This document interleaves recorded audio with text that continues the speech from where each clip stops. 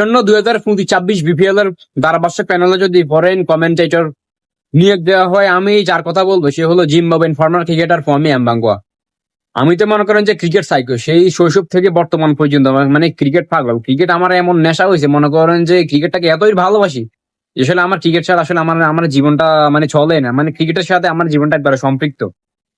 আর এখন বিপিএল কর্তৃপক্ষ যদি যাদেরকে নিয়োগ দিছে already foreign commentator, Ramiz Raja, Waqar Younis, আর ইংল্যান্ডের হচ্ছে কি ব্রাইডেন গফ।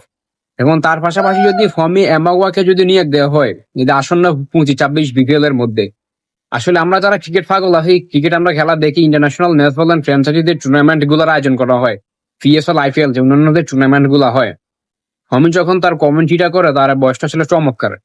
মানে আমরা যারা তার বয়সটা শুনি, চমৎকার লেভেলের বয়স। মানে একটা টুর্নামেন্টের মধ্যে যে ধরনের একটা ব্র্যান্ড ভ্যালু থাকা দরকার, মানে সব দিক দিয়ে আসলে এটা পরিপূর্ণ হলে তখন এটা কি ব্র্যান্ড ভ্যালু আরো কি তখন আরো বৃদ্ধি পায়।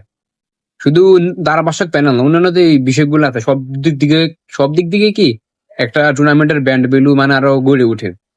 আর আমাদের কাছে একটা খাওয়া যদি আসলে বিপিএল কর্তৃপক্ষ যদি কমি আমাকে যদি নিয়োগ দেয় এই আসন্ন বিপিএল এর যদি পুরো সিজনের জন্য যদি তাকে নিয়োগ দেওয়া হয় ধারাভাষ্যক প্যানেলে, বিষয়টা আসলে খুবই চমৎকার হবে। আমরা সেটাই আশা করব।